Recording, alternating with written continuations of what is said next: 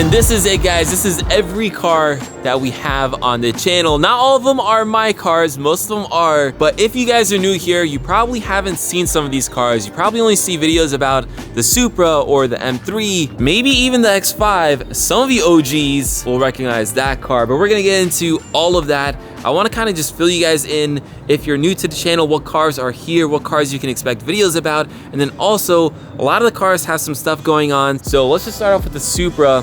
Recently, we actually got this thing painted. Not the entire car, but some key parts like the hood and the trunk. We got rid of the Street Hunter wing, which I actually recently sold. So shout out to the guy who bought it if you're watching this video. But for those who actually watch the channel, you'll know that I actually got this thing painted like a week or two ago, and I made a video about it. But some of you guys with hawk eyes actually noticed the paint was a little off. And I honestly didn't even notice it right away when I picked it up from the shop, but I did notice it on camera. For some reason, the camera is like emphasizing the difference in paint colors. But as you guys can see now, it looks way better. Is it exactly spot on? No, it's very hard to do that. I didn't want to blend the panels because, well, the doors and the fenders, those have never been painted, and I didn't want to subject it to new clear coat. Honestly, guys, I'm thinking since the paint isn't like exactly 100%, I know my OCD is gonna drive me crazy, maybe we wrap the car. That way we can get this thing to 100% paint match all around, because it'll just be fresh wrap. But yeah, overall, I'm loving the way that the Supra's looking right now. It looks so much better. Like, this thing looks almost completely complete. That's a weird way to use English, but anyways, there's a few other updates on the Supra. One major thing, well, thanks to Keys Motorsports, we have a whole bunch of stuff for the Supra. I kid you not, it's taking up like my entire courtyard. We have so much stuff. We're gonna completely transform the Supra. I'm just debating, do I do it all in one video or do I do it in stages? Not just one mod of video, do I do it in stages? I'm kind of leaning towards stages because I don't want to spend one entire day doing it. We have that to look forward to. Something we don't have to look forward to, well, is we have some codes in this thing. One specific code, but before I show you, let's just get a quick cold start.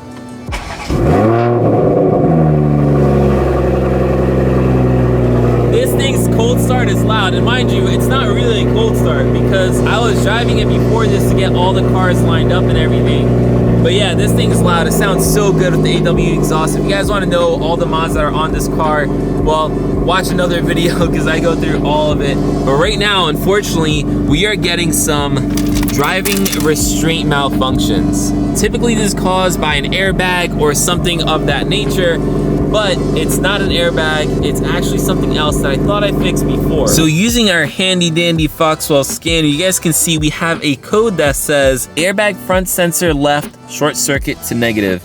Essentially, our left impact sensor is messed up. I had this code before and I basically took out the sensor. I realized it wasn't fully plugged in, and then I just cleaned it and all that, and I was hoping to resolve it. It did not. So no big deal, we'll get that sensor. It's like 200 bucks. Not the best, but it could be worse. So we definitely have some stuff to figure out with the Supra. Nothing too crazy, but there's a lot you can expect for the Supra. Now I will say, I did a poll on YouTube to see if you guys would rather see videos about the Supra or the M3, and the M3 won by a landslide. So I know a lot of you want to see more videos about the M3, and I can't blame you. I'm sure a lot of you are BMW guys, even though this is really a BMW. It has a B58, it's a BMW chassis, all that type of stuff. That's really a BMW, and I'm sure a dream car for a lot of you BMW enthusiasts. So with that said, what's next for the M3? Since the weather is getting nicer, we're actually going to be removing the wrap on the M3.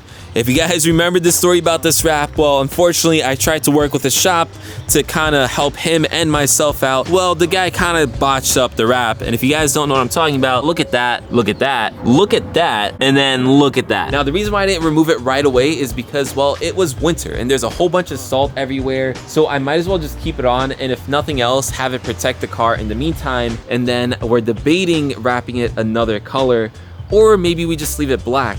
Because, well, it'd actually be really cool to have the M3 and the Supra both black. But at the same time, it's nice to have them in more exciting colors for content and for car shows. Regardless, 100% we're gonna remove this wrap.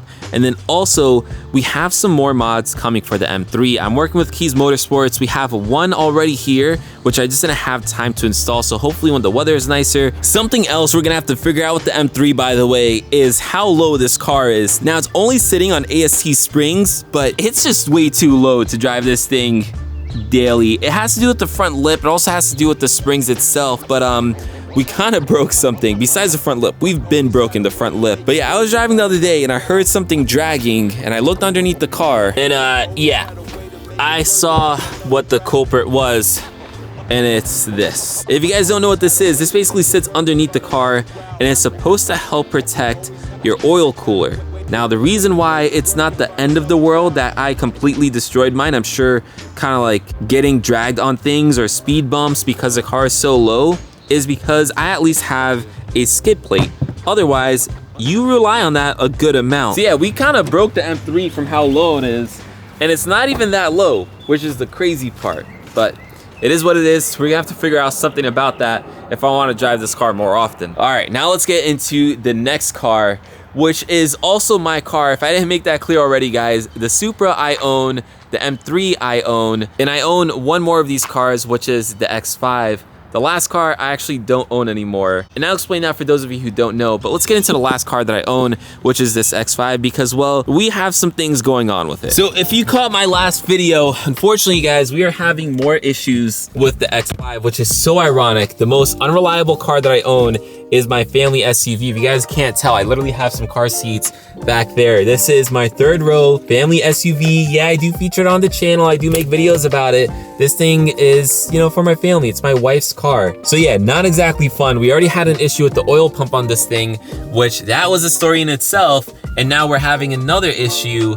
So in that last video, I thought I resolved it. Now, I was getting two codes at the time, one for the digital cluster and something else about cooling. It wasn't very specific and I can't find anything online about it. Like, no one's really had the same code or issue. So back into the scanner we go. You guys can see we have a code which says information engine switch off time, too short compared to cooling of engine coolant. What does that mean exactly?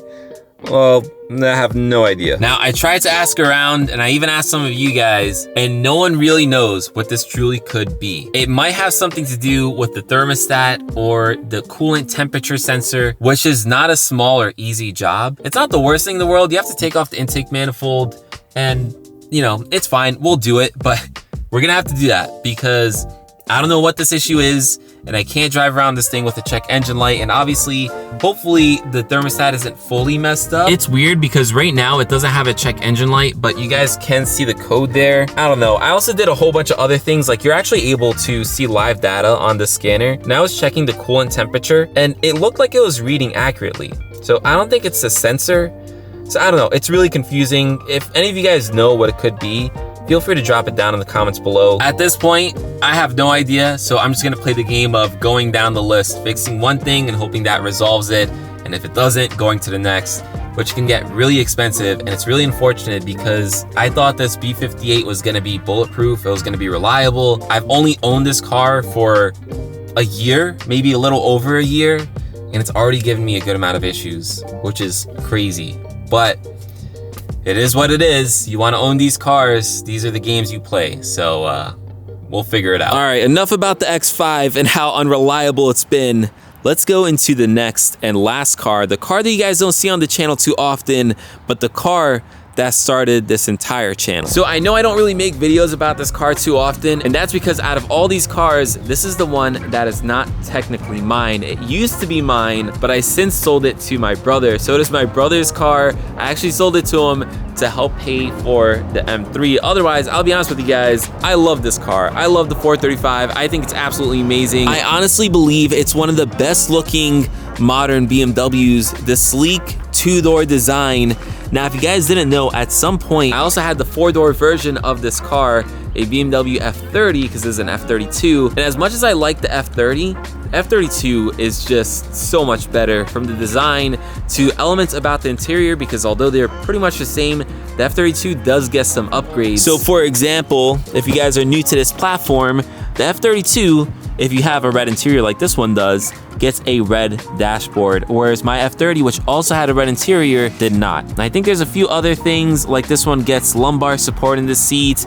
Nothing too crazy, but generally the 4 Series is an upgraded version. And now, what can you expect with this car? Well, unfortunately, not too much. Like I said, this is my brother's car, So it's up to him and up to his wallet to modify it. I'm gonna try to get some stuff for it because I know a lot of people like this car. So if you guys wanna see videos about it, let me know. I'll actually just get some mods for him and feature it on the channel. Something we really wanted to do was get a GTS hood. I actually wanted to do a whole series about converting this car to a 435 GTS. We already have the GTS style lip, which as you guys can see, did take some abuse. If I can show you this side of it, it's a little chewed up.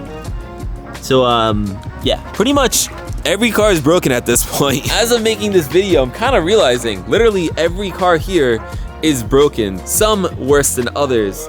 But you know, that's just part of owning these cars. Not just owning them too, but also modifying them, making them lower, putting front lips on them. We'll figure it out. We'll fix everything on these cars. Otherwise, guys, that's it. That's all the cars. You can probably expect to see the M3 and the Supra the most on the channel, but you'll also see the other cars as well. But hopefully this video was able to catch you up to speed about the cars on the channel and also what to expect on them, what's going on with them, and how broken they are. But anyways, with that said, if you enjoyed this video, drop it a like, hit that subscribe button, and I'll catch you guys in the next one. Peace. Some of y'all don't listen at all. This ain't they be pushing yo.